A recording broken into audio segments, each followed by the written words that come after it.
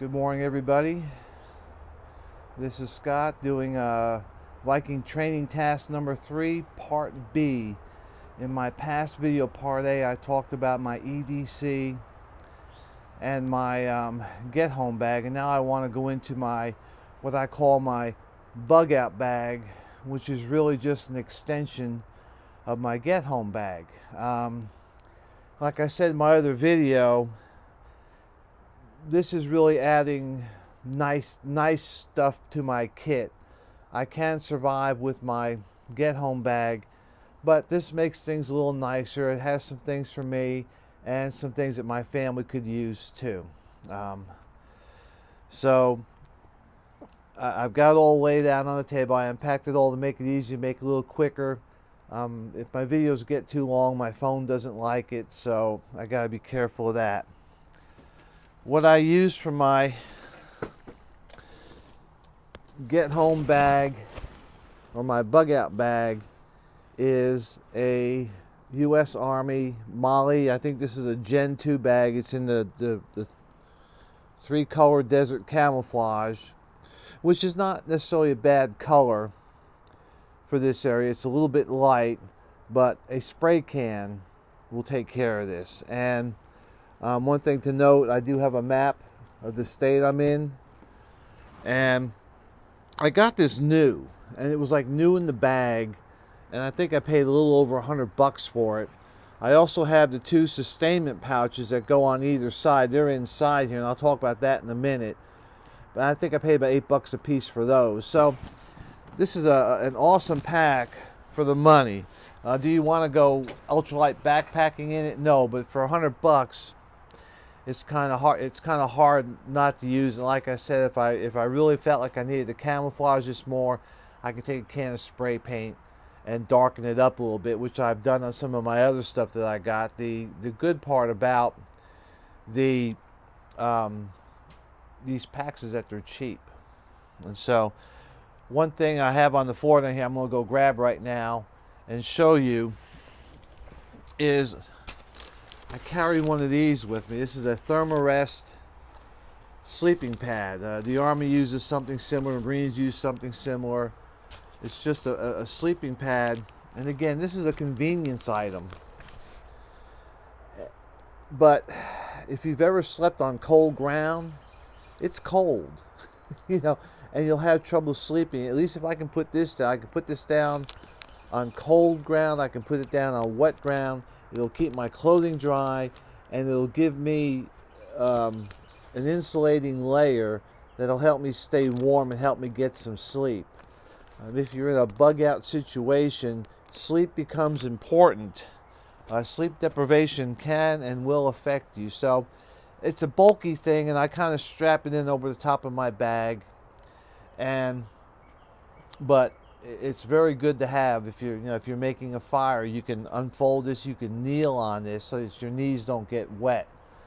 So it's important to think about that. Yeah, I can use a trash bag, and yeah, I can do the take a trash bag, fill it with leaves and make it that, but this is easy. I unroll it, boom, I'm done. Like I said, for this bag, my bug out bag has a lot more convenience items in it. And really, the idea with this is that my get home bag, there's plenty of room in this. After I get it packed with the stuff I'm going to show you, there's plenty of room for my get home bag to fit in there. I may have to take the stuff out and put it in there, but I can, dump it all in there. There's plenty of room for that and even more stuff, but I don't want to carry more stuff than that. So, the idea is, if I'm bugging out, ideally, I'm taking this backpack and I am putting it in my truck and driving as far as I can, hopefully to make it to my location. I don't want to have to walk, because if me and my family have to walk, it's going to take a long time, trust me. And so if I have all this stuff in the back of my pickup truck, and then once I get to where I'm going, if I need to take a few things out, well, I can. But I can do it in my truck far away from here, rather than do it here and drive somewhere and say, oh, I should have brought that. So I can lighten this load, but it's really just for convenience. So let's get into the contents of the kit. And I kind of have them all just kind of spread on my desk. Again, not any real order, but to help. One thing I carry with me is an extra set of clothes. I carry a pair of socks. I carry a shirt. I carry a pair of pants. These are nylon pants and they roll up really small and they're lightweight. I also have a pair of sneakers. I think these are Vans. And they're a little bit heavy, but if I need a pair of shoes, again, I have them versus not having them. This is a Snug Pack poncho liner. And what's nice about this one is it has sleeves. And so it's almost like wearing a long jacket. And you can wear it underneath a poncho. And you can also snuggle up in it to sleep in. It's pretty warm, and I live in the southeast, so even really cold nights aren't that cold compared to other areas. So this is something I can use to kind of wrap up in and stay warm. Along with that, I also have a poncho liner. The idea being I can wrap that up around my upper part of my body, wrap this around my lower part of my body, lay on my sleeping pad, and with my clothes I should be plenty warm. Okay, I have two things here. I have a little skull cap, fleece skull cap, and I have a pair of glove liners just to help keep me warm. Again, it's, you know, I'd rather have big heavy gloves, but keeping weight down. I use those light ones. Anything's a little better. I keep a camouflage bandana sort of thing. I can throw it over my head, or I can throw it in front of me. I can make a little shield with it. Use it as a scarf mainly. I keep a regular red bandana with me. This is also can be used for signaling. But, you know, it's also a snot rag. And then this is a triangular bandage that my wife made for me. We went to the store and we bought some cotton material. I cut it up in a triangular bandage and she serged the ends for me. And it cost a couple bucks, but I keep one of those in there. Like I said, I don't have to, you know, if I have to walk, I don't have to bring all this stuff with me. I can take it out at the truck where I am. So, and I have plenty of room. All right, I carry a heavy-duty space blanket in my get-home bag. I have one of those little cheap plastic ones. This is a heavy-duty one. This could be a shelter. This could be a ground cloth. But you can spread it out. You can wrap yourself in it. You know, keep the weather off you. And so it's a good thing. This is what the British call a basha or a stasha. It's a little, I think it's 6x10 tarp. And this is sil nylon. It weighs next to nothing. Again, making a quick shelter. Do I need this? Yes and no. I also have a poncho, which I think, yeah, I have a poncho. It fell off the table that I could use that too. But sometimes if it's raining out, you don't want to have to take your poncho off to turn it into a shelter because then you get wet. So again, a convenience item. Could I get rid of the stash and just use the poncho? Yes. Might I do that? Maybe so. But again, while it's riding in the truck, it's you know, no weight on me. I can make that decision once I am at the end of my truck driving and going into walking. I can go through my pack relatively quickly and weed out what I have, what I don't have. Again, like I said, I'm in these packs about once a month, so I know where I keep things. I know where they are, and you know, for me to clean out a pack a little bit would not be that big a deal. All right. These are two bore snakes. One is for 9mm, one is for 5.56. I have another contractor grade trash bag.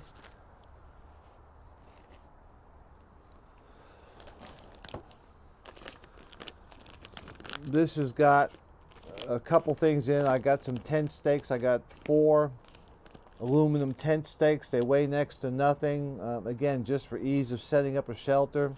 I have some chem sticks in here. I have another roll of 1-inch duct tape. And then I have a little repair kit that's got needles, threads, a little bit of super glue, some buttons, some safety pins. Again, do I really need all this stuff? Can I take some of this stuff out? Yes. But it's better to have it and then remove it than not have it and wish you had it. This is nothing more than a stainless steel canteen, a USGI spoon, and then down here is a cup. The stainless steel canteen is nice because you can boil water in that canteen. You have to take the lid off it, but you can boil water with that, so you can have a couple, again, more ways to boil water. And here's a bunch of nitrile gloves, examination gloves. I also carry some more dust masks. One thing I forgot to pull out of my other bag is I keep some dust masks in there in a pocket, but keep a couple dust masks with you. This is an ad hoc kit. I've got my headlight in here, which is a Streamlight headlight. I've got a big tube of insect repellent. This is the industrial strength version of the stuff. I keep some shoe glue. I keep a knife sharpener. I keep 4 CR123 batteries to support my headlamp, which also takes AA batteries. And then this metal tin back here is a fishing kit. You know, I'm in the South. There's fish and water all over the place. So, you know, while I'm traveling in a bug out situation, you know, am I going to stop and fish? No, but maybe once I get to where I am or where I plan to stay for a while, I can set some fish lines out. And then here is more rope. There's what they call mule tape, which is a heavy duty nylon rope. It's like 1,200 pound test. I've got some more paracord, and I've got some bank line, which is a little bit smaller than paracord. It's in a roll. I think I've got about 100 yards in here that I can cut and use. So I've got plenty of stuff that I can use for string, and I keep it in my bug out bag. All right. Emergency food rations. I keep some mainstay. There's 3,600 calories in here. They're in little bricks. They're kind of like Rice Krispie cakes. You know, they taste okay, but it's food to help me get to where I'm going. So I keep those. I keep a folding saw with me. This is a Baco Laplander. It's just a little saw. Some people carry an axe or hatchet. Axes and hatchets are kind of heavy. This will do probably pretty much everything you need to do while you're bugging out. And then I also keep an extra sheath knife with me. This is a cold steel SRK. The SRK has been around for years and years. It's a fairly reputable brand. It's steel similar to 1095. I think I give $38 for it on Amazon. You just can't beat that. All right, so that's my kit. The only thing I didn't show is a poncho, which kind of fell off the table. But this is it again. This is all stuff that augments my get home bag, which augments my EDC. And then together, they make my bug out bag. There are things in here I could weed out if I wanted to, but I would do that not necessarily at home, but when I can't drive my truck anymore, then I can make the decisions on what I want to bring and what I don't want to bring. But the idea is I take this bag, I put it in the back seat of my truck, I take my get home bag, put it right there next to it. I load up my truck with all my other stuff, which I kind of have all already set up. I know what goes in each vehicle, and then we go. And then when we can't drive anymore, then we can start making decisions. You know, maybe I might take some things out of the bug out bag and take some things from the stores I have that are in the truck. But it's better to have it and take it out than to not have it and wish for it. Anyhow, this is it. This is my bug out bag. This is the whole thing. So if you look at VTT-3 Part A and Part B, that's the complete kit. Thanks everybody. If you like what you see in my channel, hit the subscribe button. Love to have you with us. More videos are coming. They're not as fast and furious right now because I am in the process of moving to a more rural area, and that's going to happen over the next couple months. So I'm kind of, you know, caught up in all that stuff. So anyhow, everybody take care, stay safe, stay secure. We'll see you.